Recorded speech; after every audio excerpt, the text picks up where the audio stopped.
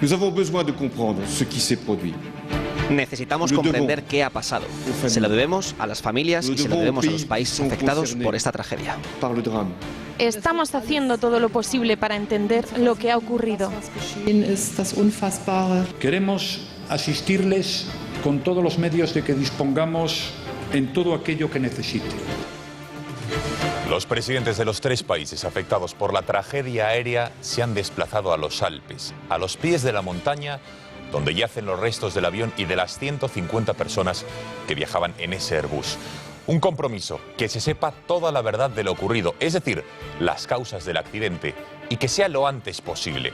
Ya han recuperado aún una de las 2 cajas negras y los restos de la segunda.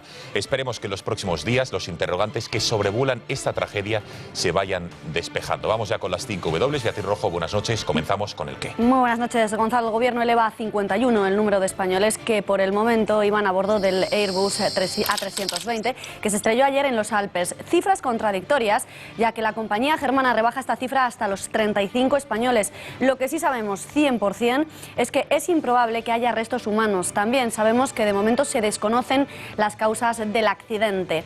En paralelo al interés mediático y social de conocer las causas del siniestro, los familiares y allegados están ansiosos por conocer si hay algún superviviente y, en caso negativo, por recuperar los cuerpos de sus seres queridos. Los expertos han pedido calma porque estas labores de búsqueda, atención, pueden tardar de 5 a 30 días. La actualidad se centra en los Alpes franceses. Al pie de una de las montañas se ha situado el campamento base desde donde salen los helicópteros y donde han acudido los presidentes de los 3 países afectados. Y llegamos al quién. Estos países son Francia, lugar del siniestro, Alemania, país de destino del avión, y la nacionalidad de la compañía, Germanwings, y España, país de origen de al menos 51 de las víctimas. La imagen que ven detrás de mí es la que mejor resume el dolor de 3 naciones que aún buscan los motivos de lo ocurrido y el cómo, y eso es en lo que todos se afanan, en lo que se afanan ahora mismo todos los implicados.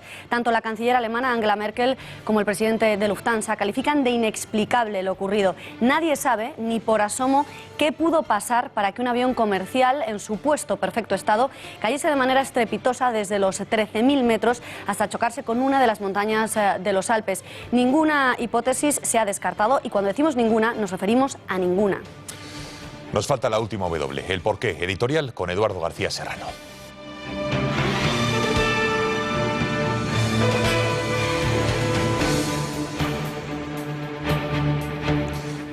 La tragedia esparcida sobre la cumbre de los Alpes franceses, las razones y el detonante del accidente y de las vidas truncadas, el dolor y el miedo que tiemblan en los velatorios y en la ausencia de los muertos, la verdad oculta en las cajas negras que debe desgranar la Comisión de Investigación del accidente, la especulación de las hipótesis y de las conjeturas.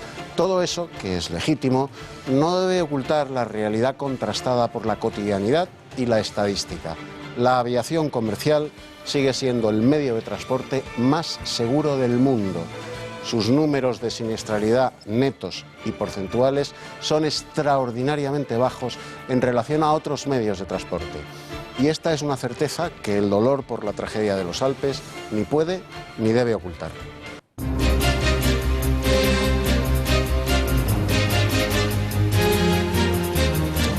24 horas después de las declaraciones de una delegada de empleo de la Junta de Andalucía amenazando a los funcionarios con que si perdía el PSOE las elecciones se iban a quedar sin trabajo, Susana Díaz sigue sin dar explicaciones y para más INRI, esta empleada era la número 9 en las listas de la candidata socialista por la provincia de Jaén. En los próximos minutos escucharemos las escandalosas declaraciones. La tercera búsqueda que más hacen los españoles es para conocer el coste de determinadas cosas es y el precio de abortar. Tras la consulta de cuánto cuesta vivir y comer en determinadas ciudades, la búsqueda que más se realiza en Google es el precio de un aborto. Impactantes resultados que se constatan cómo se ha normalizado como un derecho esta práctica. Nueva muestra pública de amor entre políticos, esta vez con buen final. En el último pleno que se ha celebrado en las Cortes Valencianas antes de las elecciones, un diputado socialista ha aprovechado el mismo para decir que sí ha sacado provecho de la política al haber empezado una relación sentimental con otra diputada, su compañera de partido.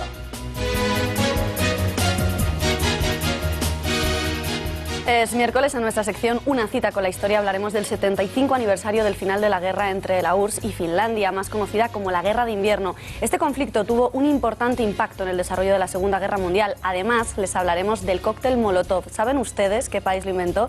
Fernando Paz nos lo desvelarán estos misterios en unos minutos.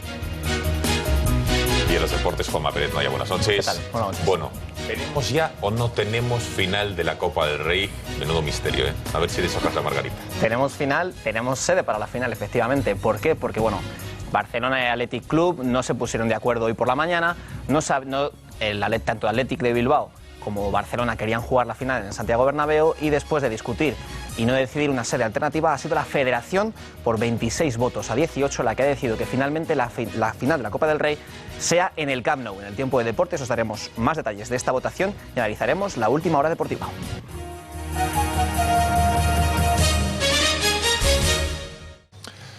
Ascienden a 51 los españoles fallecidos en el accidente de avión de ayer en los Alpes. Cifra momentánea, ya que el gobierno no descarta que pueda aumentar a medida que pasen los minutos. Todos los esfuerzos de los gobiernos y de los expertos que están volcados en el lugar se centran en dos aristas. La primera, recuperar los restos de las personas que viajaban en la aeronave, y la segunda, explicar los motivos del accidente. Lo último que sabemos es que Francia sigue sin descartar todavía la hipótesis, incluso del atentado. Y eso que las últimas noticias que tenemos afirman que el avión no explotó en el aire, sino que se estrelló directamente contra las montañas francesas. Son muchas las informaciones que nos llegan desde Francia. Hemos querido ordenarlas, procesarlas. Atentos al siguiente reportaje, porque les explicamos qué sabemos hasta ahora, hasta cuando son las 8:05 de la tarde, y cuáles son los interrogantes que todavía tenemos encima de la mesa. Quedan horas para conocer el contenido de la caja negra, pero cada minuto que pasa hay más incógnitas. ¿Por qué el silencio desde la cabina de mando? ¿Por qué no explicó el piloto la emergencia? Remy Juty, director de la Oficina de Investigación y Análisis, no ha podido explicarlo esta misma tarde. Afirma que hay voces grabadas, pero que aún no puede confirmar que correspondan a los pilotos, por lo que seguimos sin saber si estaban o no conscientes. El comandante tenía más de 10 años de experiencia en la empresa, por lo que una posible falta de experiencia también queda descartada. ¿Tenía problemas técnicos el avión? Las alarmas saltaban al saber que se encontraba al final de su vida útil y que había presentado fallos, pero en el tren de aterrizaje. El presidente de Lufthansa, Carsten Spohr, ha asegurado que el avión estaba bien y había pasado todas las revisiones. Tampoco ha podido precisar por qué se retrasó el despegue. ¿Qué pasó durante los 8 minutos que duró la caída? Las condiciones meteorológicas eran óptimas. Durante la fase de emergencia, la tercera y más grave de las 3 alertas empleadas para coordinar los esfuerzos de rescate cuando un avión está en dificultades, el piloto mantuvo el rumbo, cosa que es entendida como un comportamiento extraño por los expertos.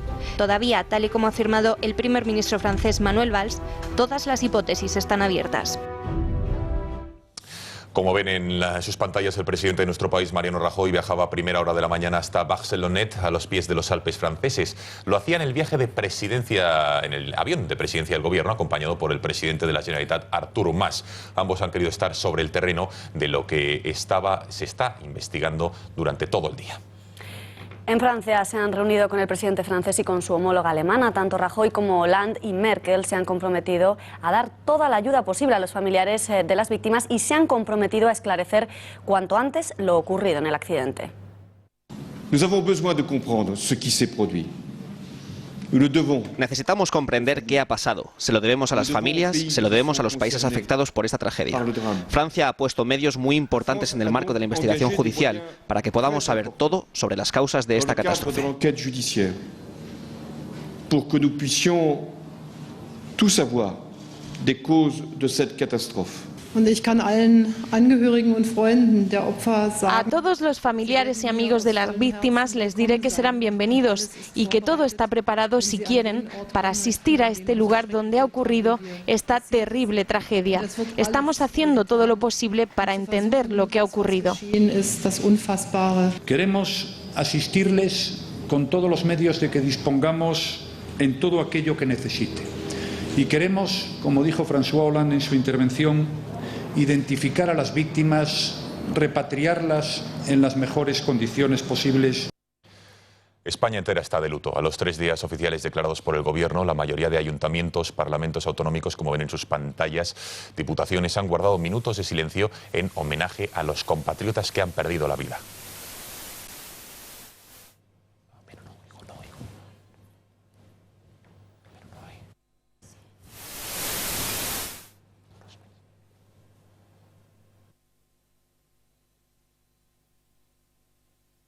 i expressar la meva consternació com a presidenta del Parlament i en nom de segur tots els diputats i diputades per aquest tràgic accident que s'ha portat la vida de 148 personas. Hemos puesto a disposición tanto del Gobierno como de la Generalitat los medios que tiene el Ayuntamiento de Madrid por si pudieran ser de alguna utilidad. Creo que se está haciendo verdaderamente todo lo que se puede hacer. Todo lo que se puede hacer después de una desgracia tan enorme como esta. Reiterar nuestra disposición a colaborar con todas las autoridades nacionales, las autoridades de Cataluña y todo lo que esté a nuestro alcance. La tragedia ha trascendido nuestras fronteras. Todos los medios de comunicación de nuestro país han abierto sus ediciones de hoy con la tragedia alpina. Y lo estamos viendo, el diario El País, absolutamente todos los diarios nacionales y gran parte de los internacionales han abierto con esta tragedia aérea. Concluimos con esta portada de La Gaceta porque es incesante la información de última hora, en tiempo real, que nos llegan desde Francia. Como les hemos contado, los expertos descartan que el avión explotase antes de estrellarse en los Alpes. Además, se ha tenido acceso a una de las cajas negras, la que contiene el audio entre los pilotos, las conversaciones que mantuvieron durante el viaje. También han hallado la carcasa de la otra caja negra, la que alberga los datos técnicos del periplo de este Airbus 320. Veamos más detalles sobre qué son las cajas negras, por qué hay dos y qué contienen exactamente cada una.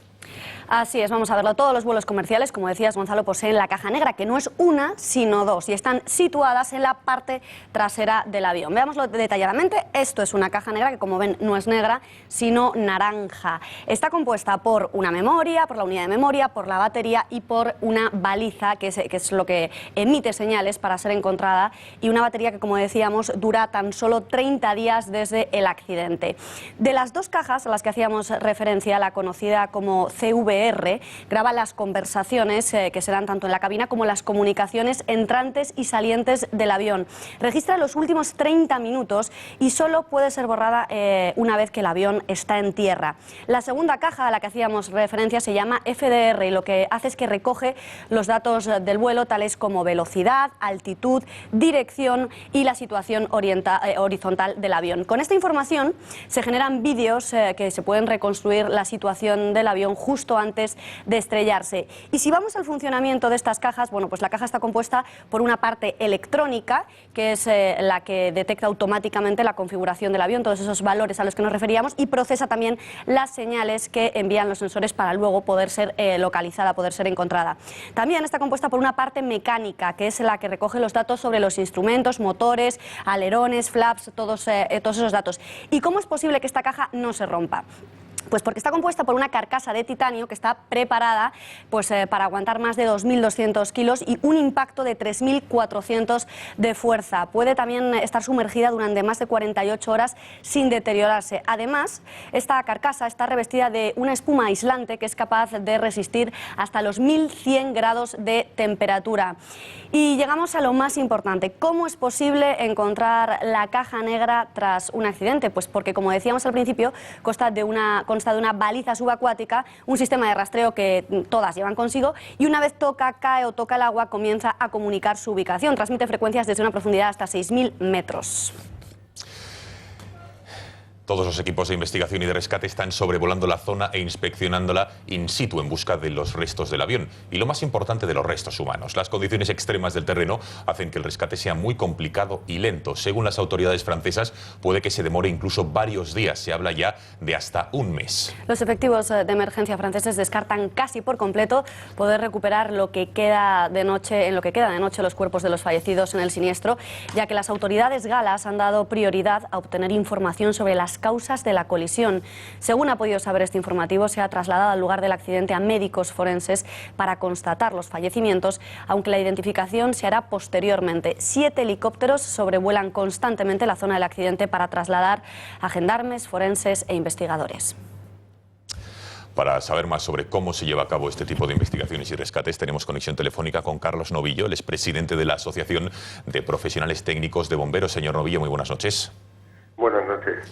Para entender la labor que usted desempeña exactamente, si el accidente de avión se hubiera producido, por ejemplo, cerca de Madrid, para usted sería, digamos, quien estaría al frente de estas labores de rescate, ¿no es así? hay que entender también los distintos niveles de activación. Francia tiene un sistema muy parecido al español en cuanto a lo que es la planificación en protección civil. Cuando se produce a nivel municipal, son los primeros actores en intervenir, los servicios de emergencia a nivel de los municipios, como sucedió también en este accidente. Si la catástrofe adquiere unas dimensiones que supera el nivel municipal, entraría al nivel regional, y si es considerado por este nivel regional que debe haber una actuación por parte del Estado, ya tenemos el nivel nacional, que en este caso ha aplicado Francia desde su Dirección General de Protección Civil, que está dirigiendo desde el Ministerio del Interior las actuaciones de la Gendarmería. También hay que destacar el cambio de este accidente con respecto a otros, donde sí que puede haber posibilidad de supervivientes. En el momento que ya se detecta que no hay posibilidades supervivientes, el modelo cambia y pasa a la Gendarmería a dirigir todas las operaciones, porque la prioridad es la identificación y la recuperación de cadáveres. Sin duda. Entonces, ¿cómo son estas tareas de rescate que se están llevando a cabo concretamente en los Alpes, a tanta altura y en estas condiciones tan duras que les estamos contando a nuestros espectadores? Pues lo que se está haciendo, nuestros compañeros bomberos se están pasando ahora a lo que es la función de apoyo a la Gendarmería. Son equipos especializados, también Gendarmería, igual que Guardia Civil de España, tiene equipos especializados de rescate en montaña, y son de los que está dependiendo todo el operativo para poder, como estáis diciendo, llevar a esos forenses a los puntos concretos, hacer el marcado de estos cadáveres. De momento están replanteando lo que sería cómo hacer esa recuperación. Entiendo que estarán también buscando la posibilidad de algún camino por tierra a través del ejército que facilite la llegada de elementos terrestres, porque hay que entender que todo este rescate, 150 víctimas, parte del fuselaje que va a ser necesario también para la investigación, hacer un transporte exclusivamente por helicóptero, aparte muy arriesgado, va a ser muy costoso y de mucho tiempo, ¿no?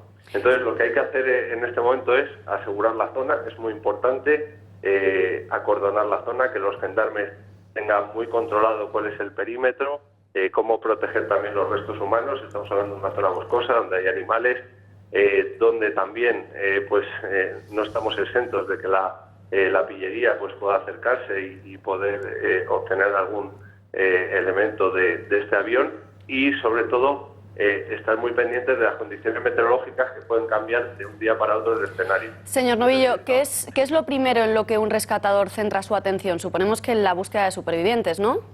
Por supuesto. En este tipo de accidentes, las primeras horas es un poco la función principal. Ese reconocimiento que se hizo de esos equipos que posó el helicóptero, ¿no?, y que estuvieron haciendo ese triaje que hablamos. Estamos viendo si hay alguna posibilidad de vida. Se descartan posibilidades de vida a partir de ciertas horas, no solo por esa violencia del impacto, sino también por las condiciones de ese terreno. Las bajas temperaturas hacen que sea prácticamente ya a partir de unas horas imposible que haya personas con vida, y a partir de ahí pues ya poner a disposición todos estos elementos de lo que es la investigación y la recuperación de cadáveres. Queda clarísimo, señor Novillo. Muchísimas gracias por haber atendido la llamada de este informativo y muy buenas noches. Muchas gracias. La Fiscalía de Barcelona y los Mossos d'Esquadra ya han puesto a disposición judicial una denuncia por lo que van a ver en sus pantallas. Muchos de los tuits que no vamos a reproducir, tan solo se los vamos a poner, en las que de una manera muy desacertada y muy desagradable algunos ciudadanos de nuestro país se alegraban de la procedencia de alguna de las víctimas de uno de los 51 pasajeros españoles. Muchos de ellos suponemos que eran catalanes, de Barcelona y de otras partes de la comunidad autónoma catalana, por haber salido el avión de Barcelona, y estos tuits desgraciados ya han sido denunciados ante el juez por parte de los Mossos d'Esquadra y de la Fiscalía.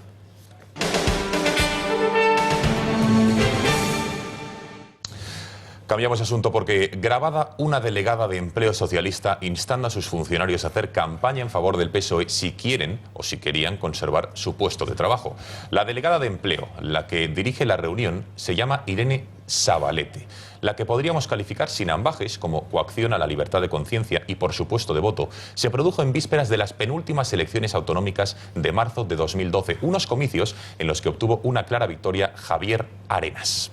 Con 50 escaños y 1,5 millones de votos, pero en las que, gracias a la movilización a toque del voto socialista durante la campaña electoral, se truncó la mayoría absoluta que todas las encuestas le otorgaban al Partido Popular, y el PSOE pudo retener el gobierno. En estas últimas elecciones, Zabalete iba de candidata número 9 en la lista del PSOE en Jaén, una lista que encabezaba la mismísima presidenta socialista Micaela Navarro, la prueba del 9 de la connivencia del régimen socialista andaluz con la corrupción.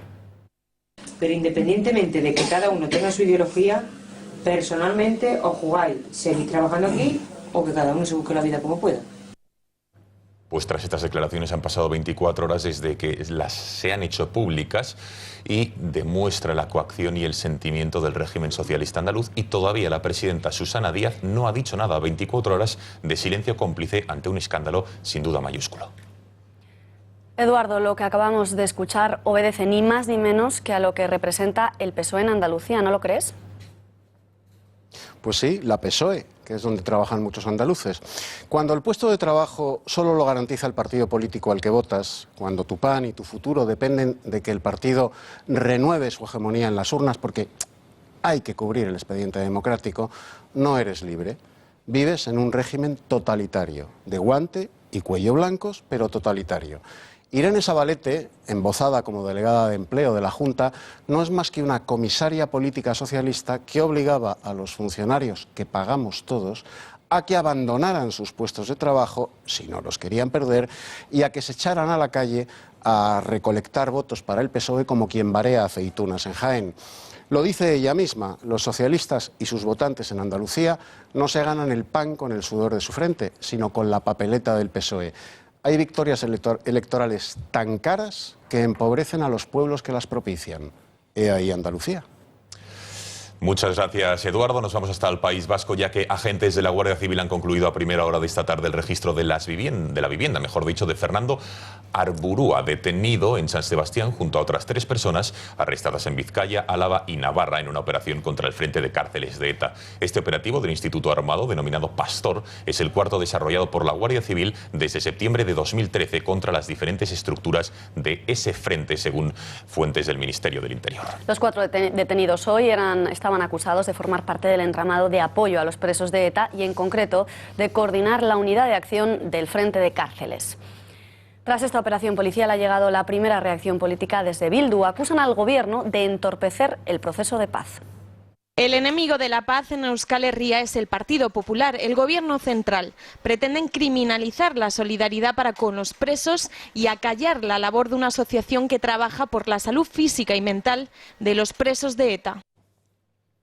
¿Saben ustedes que la tercera búsqueda que más se realiza en Internet después de, y cito textualmente, cuánto cuesta vivir y cuánto cuesta comer en determinadas ciudades españolas, después de estas 2 búsquedas, ¿saben ustedes que la tercera búsqueda es cuánto cuesta abortar? Así se desprende de una investigación que se ha hecho a través del buscador Google, conocido por todos ustedes a nivel internacional, donde se demuestra, como ven en sus pantallas, que abortar es la tercera búsqueda más demandada por los ciudadanos de nuestro país, ya sea en ciudades como Barcelona o Madrid, como están viendo en sus pantallas. Tiempo de análisis, Eduardo García Serrano. Comer, vivir, abortar, siniestro, ¿no? Decía Ortega y Gasset que el hombre es el único ser que puede renunciar a su esencia, porque un tigre no se puede destigrar, pero un hombre sí se puede deshumanizar. Exactamente eso es lo que pasa con el aborto. Comenzamos deshumanizándonos al aceptar una ley de plazos en virtud de la cual se podía matar al niño que vive y habita en el vientre de la madre en función de las semanas y el tamaño de la criatura. Seguimos embruteciéndonos al codificar el aborto como un derecho porque el niño es un ser vivo, pero no un ser humano, según la filosofía de Checa y Matadero de Viviana Ido. Y ahora Google pone el aborto en Almoneda como una mercadería de tenderete y saldo, de rebajas y de ofertas en su buscador cuánto cuesta vivir, comer, abortar. Busca y encuentra los pinchos, las medias y las alpargatas más baratas junto a un aborto de saldo. No le preguntes a Google cuánto cuesta abortar, no te lo dirá, porque abortar cuesta 2 vidas, la del niño y la de la madre condenada a mecer en su conciencia la cuna vacía de un hijo sin nombre. Gracias, Eduardo. Nueva muestra de amor pública entre dos políticos. Conocíamos una a comienzos de semana entre Pablo Iglesias y Tania Sánchez, con final feliz. Esta, Beatriz, con buen final.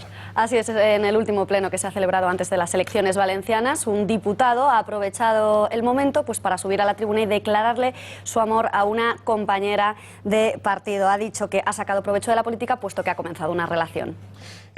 Este inusitado anuncio en el último pleno de las Cortes Valencianas. Vamos, no sé si podemos escucharlo. Vamos a escucharlo. Confieso que lo he sacado y confieso que no lo he declarado. No lo he declarado porque no tiene precio aunque tenga un valor incalculable. Me refiero a la experiencia y me refiero también a esa maravillosa persona que ocupa el último escaño 88, que me ha apoyado y ayudado estos 4 años y especialmente las últimas semanas. No necesito más para decirlo todo. Este inusitado anuncio en el último pleno de las Cortes Valencianas merece sin duda la puntilla de José Antonio Fuster. Adelante, José Antonio. Como decían en La princesa prometida, el amor verdadero es lo mejor del mundo. Bueno, solo después de un sándwich de cordero, lechuga y tomate, cuando el cordero está magro y el pan está a lo que iba. El amor, como decían en Moulin Rouge, el amor es esplendoroso y nos eleva hasta lo alto donde vuelan las águilas. ¿Qué más podría decir a favor del amor para que no me tomen por un cínico? Como cantaba Perales, el amor es como una gota de agua en un cristal, es un paseo largo sin hablar, es algo entre tú y yo, entre tú y yo. O sea que el amor es algo privado. Y si es privado, que lo es, que si te quiero o no te quiero, eso no le importa a nadie, nos importa a ti y a mí, al oscuro de una calle, ¿por qué demonios el diputado socialista Francisco Toledo, separado de hecho, ha declarado desde la tribuna de las Cortes Valencianas en plena sesión parlamentaria su amor por la diputada socialista, también separada de Elia Valero? Cada segundo de existencia de un parlamento regional nos cuesta a los españoles un congo. Piensen, seguridad, electricidad, limpieza, personal, sueldos, prebendas, dietas, protocolos, subvenciones, etc. Toledo usa una tribuna pública para sus fines privados porque la izquierda en general y los socialistas muy en particular piensan que el dinero público no es de nadie, si es de alguien es suyo. El amor de don Perrimplín y doña Belis, digo, entre los diputados socialistas será amor verdadero y hermosísimo, sí. Pero desde un punto de vista moral, declararlo en Cortes es malversación de caudales públicos. A las Cortes se va solo a trabajar, pedazo de cursi.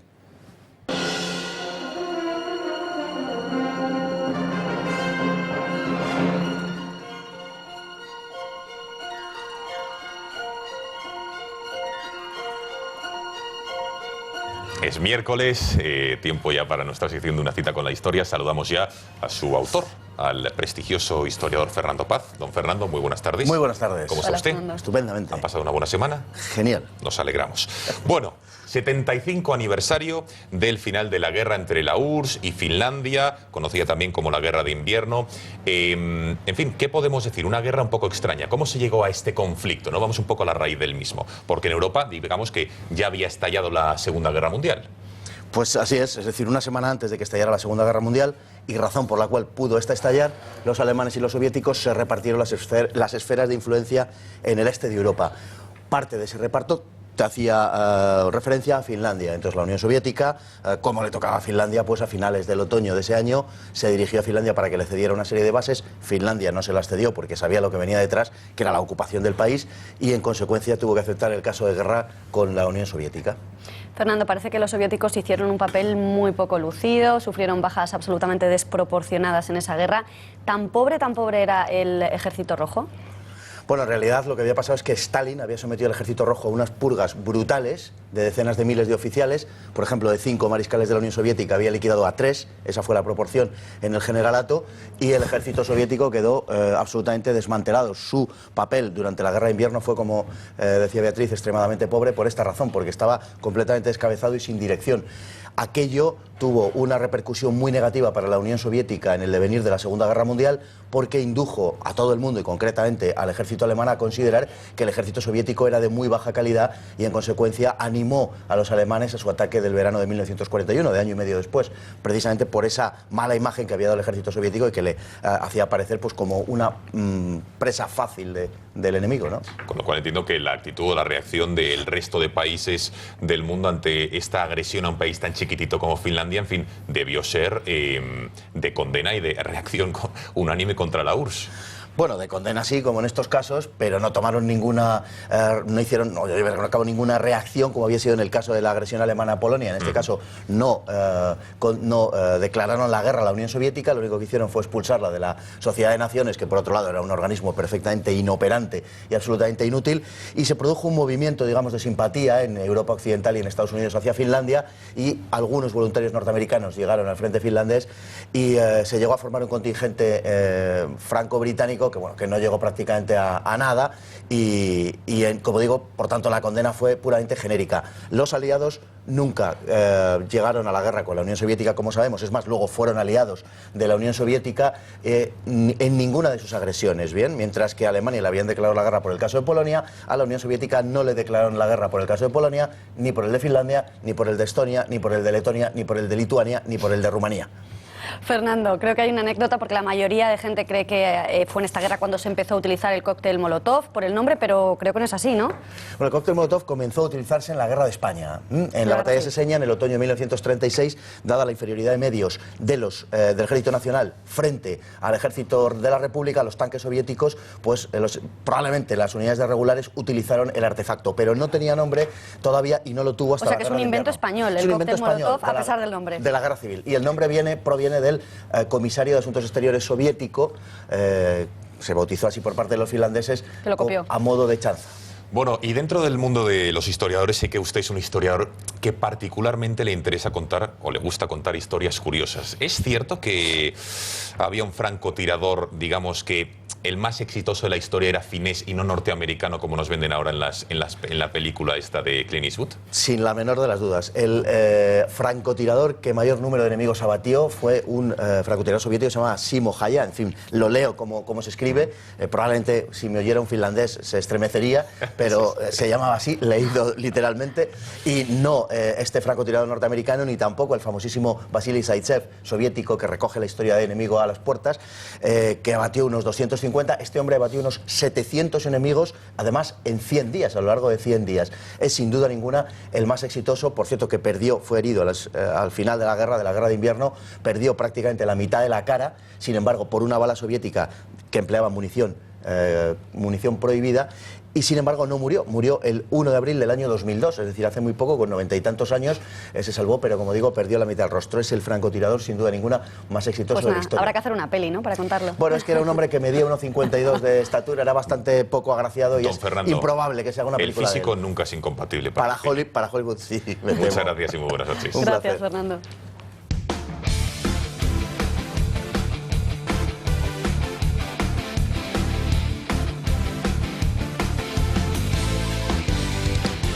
Juanma, ¿desvelamos ya la final de la Copa del Rey? Sí, desvelamos la final de la Copa del Rey. La sede. Venga. Y al final ha sido elegida la ciudad de Barcelona. El Fútbol Club Barcelona en principio se negaba al hecho de que su propio estadio fuera elegido para la final y prefería el Santiago Bernabéu. De hecho, en la votación de hoy ha habido que descartar dos sedes, Sevilla y Valencia. Son las que inicialmente, al ser terrenos neutrales, había propuesto la Federación y que han sido descartadas por un congreso médico en Sevilla y por la reiteración de finales en los últimos años en Valencia. Finalmente, por 26 votos a 18, la Federación ha preferido que sea en Barcelona y, de hecho, el propio Josep María Bartomeu ha elegido finalmente el Camp Nou por los ingresos publicitarios que recibirá el estadio blaugrana. Así que podemos afirmar, Gonzalo, que el himno español sonará en el Camp Nou. Y nos vamos ahora también hasta Madrid, porque allí está el central del Fútbol Club Barcelona, Gerard Piqué, que protagoniza uno de los mejores momentos de su carrera, al igual que el Barcelona. Jugó un grandísimo partido Gerard Piqué en el último clásico del Camp Nou y anoche, en el Larguero, contó una anécdota sobre el que supuestamente era su mayor enemigo. Pepe, vamos a escucharle. Sí, me preguntó por mi segundo hijo, que recientemente nació, y me preguntaba si estaba trabajando más en casa, con los dos niños. No, entre él y Mateo, que Mateo también te pregunta por todo, te pregunta por Milan, te pregunta por Sasha, en medio de la jugada te está atacando Cristiano a toda hostia. Sí, y el otro, ¿qué tal los niños? Está preguntando por los niños, Mateo, digo, árbitro, pero ¿qué pasa aquí, hostia? Y nos vamos con esta imagen. David Cal, el máximo medallista olímpico de la historia del deporte español, que se retira a un año de los Juegos Olímpicos de Río de Janeiro. El deportista gallego, el piragüista gallego, ha decidido poner fin a su carrera. Desde luego, exitosa carrera, muy laureada. Gracias, Juanma. Vosotros. Gracias. Katy, ¿nos vamos? Nos vamos a las 9, como todos los días, de lunes a viernes, punto pelota, y a las 10, el gato al agua, no se lo pierdan. Gracias por su confianza. Ya saben, mañana aquí a las 8 de la tarde en Noticias Intereconomía. Nos vamos, Beatriz. Si Dios quiere, claro. Hasta mañana.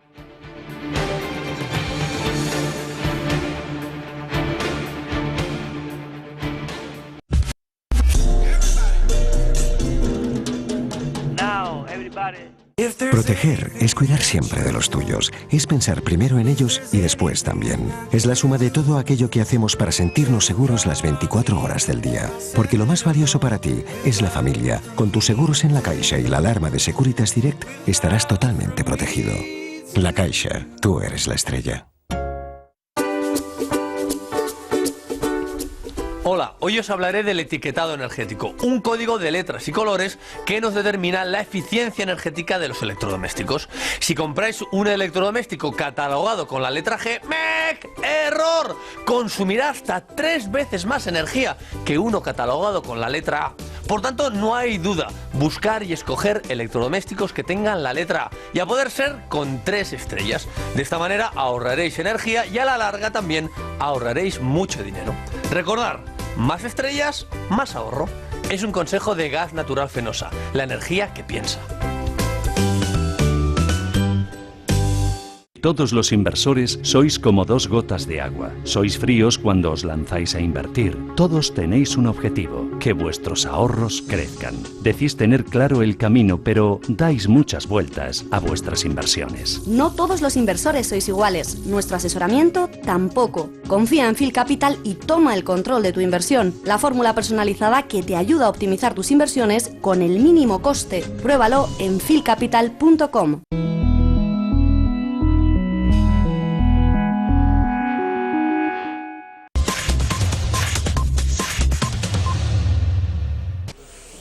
Ha venido el jefe, él o aquí. Sí. Muy buenos días, don Julio Ariza, ¿qué tal? Aquí estoy porque he venido. Aquí estoy porque he venido. Aquí estoy porque he venido. Bueno, es la una, acaban de escuchar ustedes las noticias de Radio Intereconomía con Ángela Peinado. Ángela, un beso. Cada día más guapa. Una pregunta, ¿quiénes son los fabricantes de cajas negras? Porque cada vez que hay un... Que son además naranjas, además. Vamos a ver, cada vez que hay un accidente de avión, bueno, un accidente, cada vez que un avión se golpea contra la... se cae o tiene una catástrofe, la caja negra está dañada. Recuerda el de Ucrania, estaba dañada la caja negra. El de Malasia, estaba dañada la caja negra. Y ahora resulta que cogen tal... No, las cajas negras no están diseñadas para que no estén dañadas. No. Tiene mucho que ver con cómo se transmite la información. Es decir, la caja negra inevitablemente está dañada siempre porque el guarrazo, con perdón, es de impresión. Ya, pero se puede leer lo que hay dentro. Claro, no están hechas para que se pueda leer lo que hay dentro, pase lo que pase. Están hechas para que se lea lo que hay dentro aunque se dañen. Claro. Que ese es el tema. Claro. Entonces, esta concretamente estaba dañada, nos ha fastidiado. ¿Ha visto de dónde ha caído? Claro que está dañada. Pero está hecha de tal forma que lo que hay dentro se puede leer y se está leyendo ya en París en este momento, ¿no? Parece que la del agua era cosa distinta, ¿no? La del avión malayo. Yo estoy asombrado. Estoy asombrado con el tema de la catástrofe aérea. Vamos a ver, lo hemos comentado mucho, en fin, opciones. 1. Digamos desde el punto de vista técnico. Despresurización súbita del avión. Pero si ha caído en 9 minutos. Sí. ¿Cómo va a ser súbita? Hombre, cuando hay súbita, baja a toda velocidad. Sí, bueno, a la altura que iba a 9.000 metros. 8 minutos, vamos a ver, es a toda velocidad. Yo no soy un... No, hombre, por favor, de 9.000 metros a 2.000 o de 30.000 pies a 6.000 en 9 minutos... Te voy contando. 2. La del atentado terrorista, efectivamente, que no es incompatible con la despresurización. Claro. Aquí dentro... Claro. 3. Un fallo informático, porque lo único nuevo que había en el avión era precisamente el aparato informático. Pero a mí me resulta llamativo que... Pregunto, ¿hay un sistema, hay algún piloto que nos pueda decir si hay un fallo informático en una aeronave, si es posible pasarla manual? Claro, controlarla manualmente. Exactamente, eso es lo que han dicho muchos, ¿no? Dice, porque vamos a ver, la situación es la siguiente. Hay un avión que sale de Barcelona, que alcanza los 9.000 metros, 30.000 pies o 30 y tantos mil pies, que es la altura a la que va a ir hasta que inicie la maniobra de aproximación al aeropuerto de Düsseldorf, que suelen ser 20 minutos antes, y empieza a descender, ¿de acuerdo? Tiene que descender de 9.000 a 0. ¿vale? Eso tarda 20 minutos. Bueno, pues resulta que antes de los Alpes, este avión, alguien le pone en el altímetro 2.000 o 6.000 pies o 6.500 pies, ¿de acuerdo? Y el avión empieza suavemente, va bajando, pero suavemente, 9 minutos. En 9 minutos baja de 9.000 a 2.000, va bajando, Obviamente eso no ocurre sin que los pilotos y la tripulación sean perfectamente conscientes de que el avión está bajando. Segunda cuestión, llega a 2.000 metros o 2.300 metros o 6.500 pies y tiene delante las paredes de los Alpes, de los montes de los Alpes.